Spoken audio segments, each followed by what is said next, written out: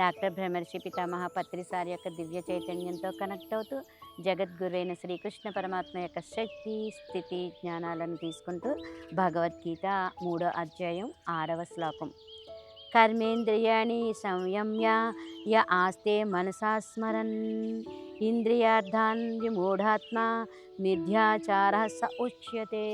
అంటే మూఢబుద్ధి గల ఏ వ్యక్తి ఇంద్రియాలన్నిటినీ బలవంతంగా నిరోధించి మనస్సులో సదా వాటిని స్మరిస్తూ ఉంటాడో అతడే మిథ్యాచారి, అంటే డంబాచారి అనబడతాడనమాట. బలవంతంగా ఇంద్రియాలని కట్టేయకూడదు. ఇంకా ధ్యాన వివరణలోకి వెళ్దాం. బాహ్య ఇంద్రియ నిగ్రహాన్ని దమం అంటాం. ఇంద్రియాలను బలవంతంగా నిగ్రహించడమే దమం అనమాట. అంతరేంద్రియం అయిన మనస్సు యొక్క నియంత్రణను శమం అంటారు. కేవలం దమం ఉండి శమం లేకపోతే అది నిరర్ధకం, అనర్థదాయకం. అప్పుడు కోరికలు మనస్సులో అంతర్ముఖంగా విజృంభిస్తూనే ఉంటాయి కదా. మనస్సులో ఇంద్రియాలను కట్టేసామండి, మనసు ప్రయాణం చేస్తూనే ఉంటుంది కదా. మనస్సు అల్లకల్లోలం అవుతూనే ఉంటుంది. అలాంటి మానవుడు మూఢబుద్ధికి నిలయమైపోతాడు. కనుక ఇంద్రియాలను బలవంతంగా బిగబెట్టి కూర్చొని మనస్సులో వ్యవహారాలన్నీ ఆలోచిస్తూ మనస్సులోని 3 లోకాలను చుట్టూ వచ్చే మిథ్యాచారి డంబాచారి కాకూడదు. మనస్సును ఎలాంటి పరిస్థితులలోనూ అల్లకల్లోల పరచకూడదు. బలవంతపు బ్రాహ్మణార్థం అన్నది ఎప్పుడు పనికిరాదు. సదా ఎల్లప్పుడూ పట్టు విడుపు అన్నది ఉండి తీరాలి. జీవితంలో సహజంగా బ్రతకాలి. పరిపూర్ణ యోగిగా విరాజిల్లడం అంటే దమంతో ప్రారంభమై వెంటనే శమంలోకి ఎగబ్రాకాలి. కేవలం దమంలో ఉంటే అది ఆరంభ సూరత్వం మాత్రమే, అది యుక్తం కాదు. అంటే ఇంద్రియాలను కట్టిన తర్వాత మనస్సును కూడా ఆపాలంటే శ్వాస మీద ధ్యాస ఉంచుకోవాలి. అది సాధన. కృష్ణ భగవానుడు చెప్తున్నాడు. ఇప్పుడు భగవద్గీత 3వ అధ్యాయం 7వ శ్లోకం. యశింద్రియాణి మనసా నియమ్యారవతేర్జున కర్మేంద్రియై కర్మయోగమసక్త సవిశిష్యతే. అయితే ఓ అర్జున, ఎవరు మనస్సులో మాత్రమే ఇంద్రియాలను వశపరుచుకుని అనాసక్తుడై అన్ని ఇంద్రియాల ద్వారా కర్మయోగాన్ని ఆచరిస్తున్నాడో అతడే ఉత్తముడు. అంటే ధ్యాన వివరణలోకి వెళ్దాం మనం. ఉత్తములు ఎలా వ్యవహరిస్తారు? ఉత్తములు బహిర్దము ఆచరించిన వారు, అంతఃశమం కోరుకునేవారు. ఉత్తములు బహిరింద్రియాలను అంటే మనస్సులో మాత్రమే స్వాధీనపరుచుకుంటారనమాట. ఉత్తములు బయట ఏమాత్రమూ నిగ్రహాన్ని పాటించరు, కానీ మనస్సులో నిగ్రహంగా ఉంటారు వాళ్ళు. అయినా లోపల మహానిగ్రహాన్ని పొందినవారు. వారు బయట ఏమైనా సరే లోపల ఏమీ కాకూడదు అని తెలుసుకున్నవారన్నమాట.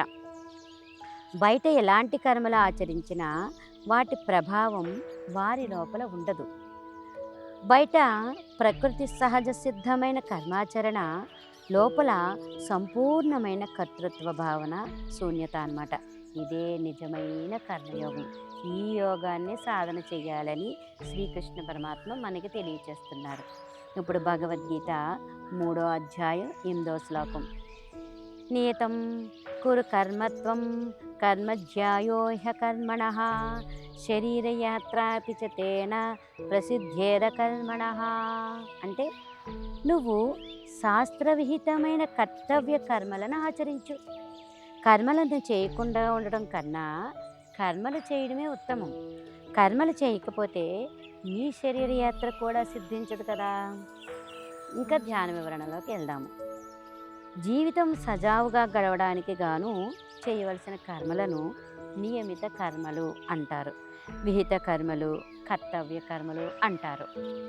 వారి వారి పరిస్థితులకు అనుగుణంగా ఎవరి కర్తవ్య కర్మలు వారికి ఉంటాయి కదా. అవి ఆచరించడం వాళ్ళ స్వధర్మం, వాళ్ళ యొక్క ధర్మం. కర్మలను చేయకపోవడం అకర్మ అవుతుంది. కర్మలను త్యజించడం కంటే కర్మలను చేయటమే మేలు.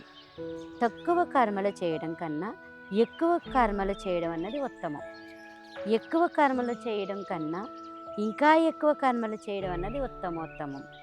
పనులు మానేసి కూర్చుంటే మరి శరీర పోషణ జరిగేది ఎలాగా? జీవనయాత్ర సాగేది ఎలాగా? కర్మాచరణ మానేస్తే బద్ధకం, సోమరితనం అలవాటైపోతాయి. ఆరోగ్యము, బుద్ధి కూడా చెడే అవకాశం ఉంది కదా! నిజానికి కర్మలు చేయకపోతే భౌతిక కాయం కూడా నిలవదు. కనుక కర్మలు చేయడంలో సోమరితనం ఎల్లప్పుడూ తగదు. ఎలాంటి కర్మలు చేయాలో తెలుసుకుని అలాంటి కర్మలే చేయాలి. శాస్త్రసమ్మతమైన కర్మలే చేయాలి. ఆ కర్మలు సత్కర్మలు. నిష్కర్మలైతే ఇంకా మంచిది. తర్వాత భగవద్గీత 3వ అధ్యాయం 9వ శ్లోకం. యజ్ఞార్థాత్ కర్మణోన్యత్ర లోకోయం కర్మబంధనః తదర్థం కర్మ కౌంతేయ ముక్త సంఘ సమాచర. అంటే యజ్ఞం కోసం చేసే కర్మలు తప్ప ఇతరాలైన కర్మలలో ఆసక్తి గల ఈ లోకం కర్మలచే బంధింపబడి ఉంటుంది. కనుక ఓ కుంతి పుత్రుడా, నువ్వు ఆసక్తి లేని వాడవై యజ్ఞం కోసం చక్కగా నీ కర్తవ్య కర్మలను ఆచరించు. ధ్యాన వివరణలోకి వెళ్దాం. 2 రకాల కర్మలు ఉన్నాయి. ఒకటి మన కోసం మనం చేసుకునే కర్మలు, రెండోది లోక కళ్యాణార్థం చేసే కర్మలు అన్నమాట. మానవుడిగా పుట్టినందుకు విశ్వ కళ్యాణకారకమైన పనులు కూడా చేయాలి. లోక కళ్యాణార్థం చేసే పనులు కూడా చేయాలి. లోక కళ్యాణార్థం చేసే కర్మలను యజ్ఞం అంటాం అన్నమాట. యజ్ఞం ఎప్పుడు బంధ విమోచన కలిగిస్తుంది, అంటే బంధాన్ని కలిగించదు. కర్మ ముఖ్యంగా వివేకరహితమైన కర్మ బంధాన్ని కలిగిస్తుందన్నమాట. కానీ స్వార్థరహితంగా ఆత్మార్పణ బుద్ధితో చేసే కర్మ ఎప్పుడో బంధ విమోచనాన్ని కలిగిస్తుంది.